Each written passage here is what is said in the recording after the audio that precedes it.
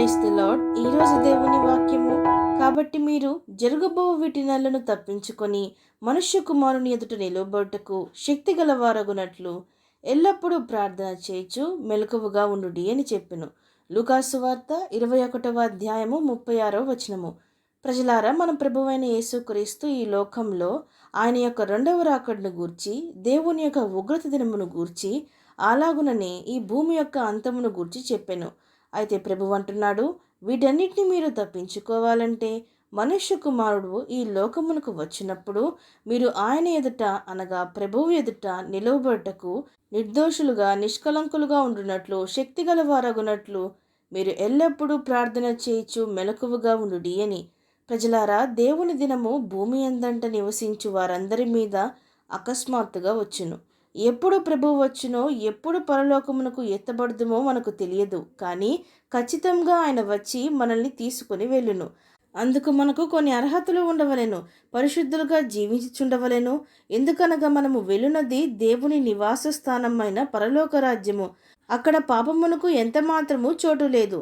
గనుక స్వాభావికంగా ఆదాము హవ్వల నుండి పాపము కలిగిన ఈ రక్త మాంసములు గల శరీరము పరలోక రాజ్యమును స్వతంత్రించుకొననేరదు. గనుక ఎందరైతే క్రీస్తు యేసునందు విశ్వాసముంచి ఆయన ఇచ్చిన రక్షణను స్వీకరిస్తే ఆయన రక్తంలో కడుగబడి పరిశుద్ధులుగా మార్చబడుదుము. ఈ లోకంలో నిర్దోషమైన నిష్కలంకమైన కేవలము ప్రభువు రక్తంలోనే, ఆయన నామంలోనే పాపక్షమాపణ ఉన్నది, మరి వేటిలోనూ లేదు. అలాగుననే క్రీస్తు బిడ్డలుగా జీవించి ఆయన స్వరూపమును మనము ధరించుకొనవలెను. ఆత్మానుసారులుగా జీవింపవలెను. దేవుడిచ్చిన రక్షణను అంతము వరకు లేక ప్రభువు యొక్క రాకడ వరకు మనము కొనసాగించుకొనవలెను.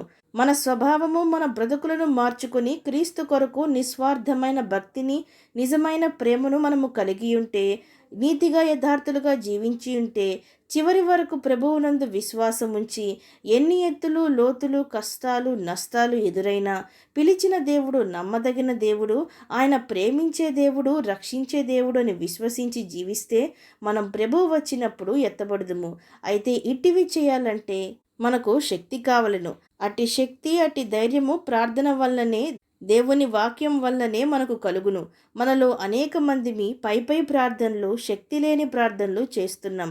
అందుకే దేవుని వాక్యము సెలవిచ్చుచున్నది, మనుషులు కేవలం పైకి భక్తి గల వారి వలె ఉంటూ లోపల దాని శక్తిని ఆశ్రయించని వారిగా ఉన్నారు అని. ప్రజలారా, మనకు ఎంతగా ప్రార్థన ఇష్టం లేకపోయినా, ప్రార్థన చేయుటకు బద్ధకంగా ఉన్నా, ప్రార్థన చేయుటకు అనేక ఆటంకములు కలిగినా ఒకటి మాత్రము జ్ఞాపకము చేసుకొనవలను. ప్రార్థనే ఈ లోకంలో మనకి గొప్ప ఆయుధము. అది మనల్ని దేవుణ్ణి కలుపును. పరలోకంలో ఉన్న దేవునికి మన మొరలు అందాలంటే ప్రార్థన ద్వారానే అది సాధ్యము. ప్రార్థనే మనకు జ్ఞానమునిచ్చి ఈ లోకంలో మత్తులుగా చేయక మెలకువగలవారిగా, పాపమును పసిగట్టు వారంగా ఉండునట్లు, పరిశుద్ధులుగా జీవించినట్లు మనకి సహాయం చేయును. విశ్వసించిన వారు నాతో పాటు ప్రార్థనలో ఏకీభవించండి. ప్రార్థన. పరిశుద్ధుడా, ప్రేమగల తండ్రి, ఈరోజు మీరిచ్చిన ఈ వాక్యమును బట్టి మీకు స్తోత్రములు దేవా. మీరు శోధనలోకి ప్రవేశింపకుండానట్లు మెలకువగా ఉండి ప్రార్థన చేయుడని చెప్పిన తండ్రి, మొదట్లో ఉన్న ప్రార్థనా శక్తి, ప్రార్థనా భారము, ప్రార్థన ఆసక్తి మాలో అనేక మందికి లేదయ్యా.